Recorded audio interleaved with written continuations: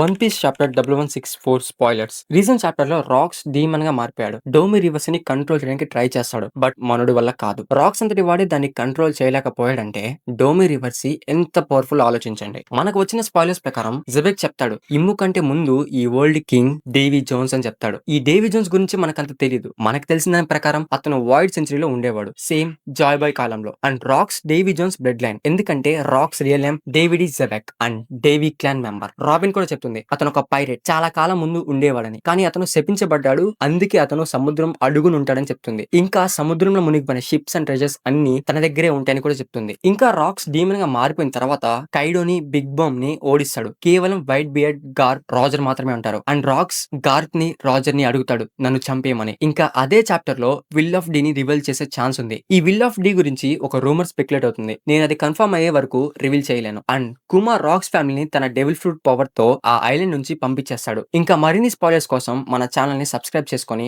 Bell icon on లో పెట్టుకోండి. Full Manga chapter తో మీ ముందుకి యాజ్ సూన్ యాజ్ పాసిబుల్ ఉంటా.